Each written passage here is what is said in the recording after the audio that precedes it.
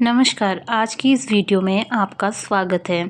कल की वीडियो में हमने वाक्य किसे कहते हैं, उसकी परिभाषा तथा उसके प्रमुख अंग, उद्देश्य व विधेय के बारे में विस्तृत अध्ययन किया।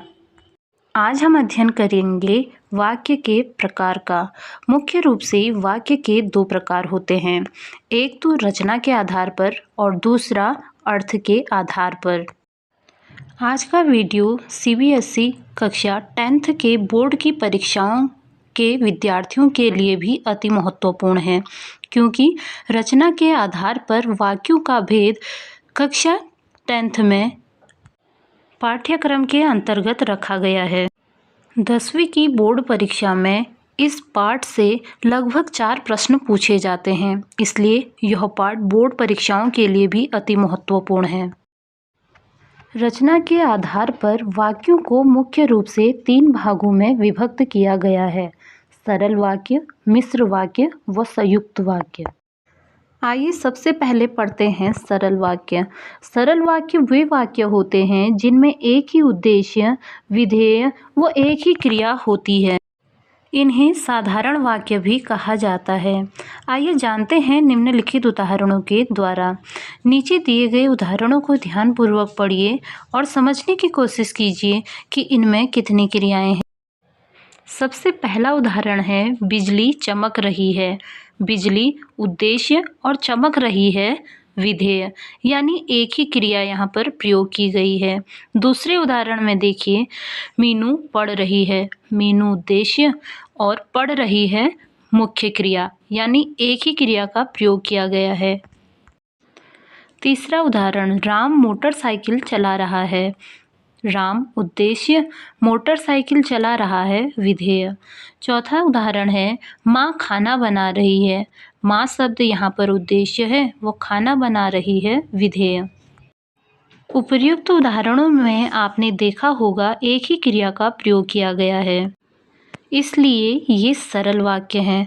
सरल वाक्यों को साधारण वाक्य भी कहा जाता है। रचना के आधार पर वाक्य का दूसरा पार्ट है मिश्र वाक्य।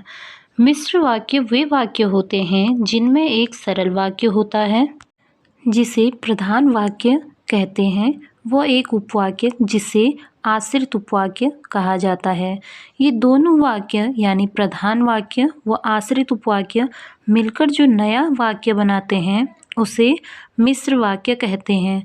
साधारण भाषा में अगर बात करें तो दो वाक्यों को जोड़कर एक वाक्य का निर्माण करना ही मिश्र वाक्य है। प्रधान वाक्य व आश्रित उपवाक्य को जोड़ने के लिए कुछ संयोजक अव्ययों का प्रयोग किया जाता है जो नीचे दिए गए हैं, जैसे कि, जो, क्योंकि, वैसा, जैसा, जब, तब, कहाँ, जितने, उतना, अगर, कि, आप में, जिधर, तो आदि शब्द। नीचे कुछ उदाहरण दिए गए हैं। इन उदाहरणों का अध्ययन कर हम मिश्रित वाक्यों को और अच्छी तरीके से जान सकते हैं। सबसे पहले उदाहरण दिया गया है, यदि तुम मेहनत करोगे तो परीक्षा में पास जरूर हो जाओगे। इसमें प्रधान वाक्य है यदि तुम मेहनत करोगे, संयोजक अव्यय तो और आश्रित उपवाक्य है परीक्षा में पास हो जाओगे। दूसरा उदाहरण देखिए, सफल वही होता है जो परिश्रम करता है। प्रधान वाक्य है सफल वही होता है, संयोजक अव्यय है जो आश्रित उपवाक्य है परिश्रम करता है। तीसरा उदाहरण देखिए, अध्यापिका ने कहा कि कल छुट्टी है। यहाँ पर प्रधान वाक्य है अध्यापिका ने कहा, संयोजक अव्यय की और आश्रित उपवाक्य है कल छुट्टी है। बोर्ड परीक्षाओं में भी इसी प्रकार क्वेश्चन पूछे जाते हैं और उनमें बताने के लिए कहा जाता है कि प्रधान वाक्य कौन सा है और आश्रित उपवाक्य कौन सा है। मिश्र वाक्य में जो आश्रित उपवाक्य दिए गए हैं इनको भी 3 भागों में विभक्त किया गया है। पहला है संज्ञा उपवाक्य, दूसरा विशेषण उपवाक्य, तीसरा क्रिया विशेषण उपवाक्य। इन आश्रित उपवाक्यों को समझने की एक साधारण सी ट्रिक है, जिस मिश्र वाक्य में कि और क्योंकि का प्रयोग होगा वह संज्ञा उपवाक्य होंगे। जैसे उदाहरण नंबर 3 तथा 4 में प्रयोग किया गया है कि और क्योंकि संयोजक अव्ययों का, यानी ये दोनों संज्ञा उपवाक्य हैं। जिन मिश्र वाक्यों के मध्य में जो, तो शब्दों का प्रयोग किया जाता है वे विशेषण उपवाक्य कहलाते हैं। जैसे उदाहरण नंबर 1 व 2 में देखिए, संयोजक अव्यय जो और तो हैं। ठीक इसी प्रकार जिन मिश्र वाक्यों के मध्य में संयोजक अव्यय जैसे, तैसे, जैसा, वैसा प्रयोग किया जाता है वे क्रिया विशेषण उपवाक्य कहलाते हैं। परीक्षा की दृष्टि से देखा जाए तो मिश्र वाक्य अति महत्वपूर्ण वाक्य है, इसलिए इसका अध्ययन ध्यानपूर्वक कीजिए व वीडियो को बार बार रिपीट करके देखिए। रचना के आधार पर वाक्य का तीसरा भाग है संयुक्त वाक्य। संयुक्त वाक्य वह वाक्य होते हैं जो दो स्वतंत्र वाक्यों से मिलकर बने होते हैं।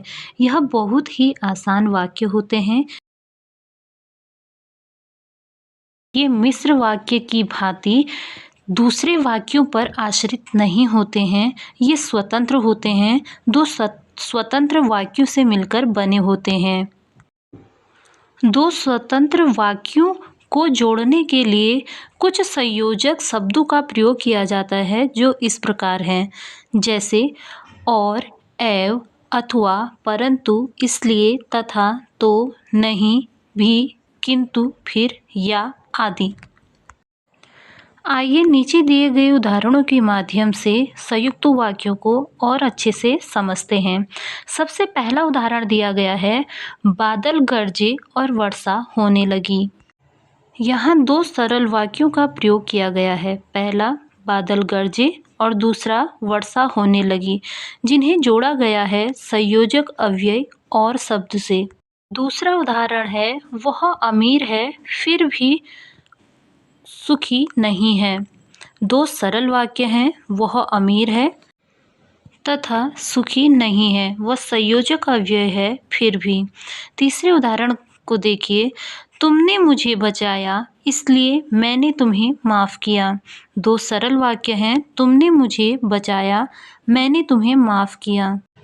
मिश्रित वाक्य व संयुक्त वाक्य में एक प्रमुख अंतर यह है कि संयुक्त वाक्य में दोनों वाक्य स्वतंत्र होते हैं, यानी सरल वाक्यों का प्रयोग होता है, परंतु मिश्र वाक्य में एक प्रधान तो दूसरा आश्रित होता है।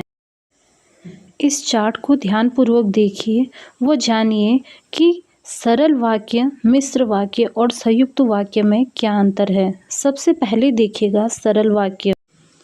इसमें एक उद्देश्य प्लस एक विधेय होता है। दूसरा है मिश्र वाक्य। इसमें एक प्रधान उपवाक्य होता है तथा एक आश्रित उपवाक्य होता है। प्रधान उपवाक्य तथा आश्रित उपवाक्य को जोड़ने के लिए जिन शब्दों का प्रयोग किया जाता है उन शब्दों का विवरण भी नीचे दिया गया है। तीसरा है संयुक्त वाक्य, जो दो सरल वाक्य से मिलकर बना होता है।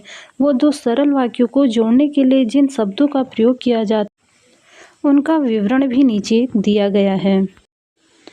अगर आपको CBSE हिंदी पाठ्यक्रम कक्षा 10th के व्याकरण के अन्य पाठों का भी अध्ययन करना है तो आप हमें कमेंट करें तथा वीडियो को लाइक करें, शेयर करें व सब्सक्राइब करें। धन्यवाद।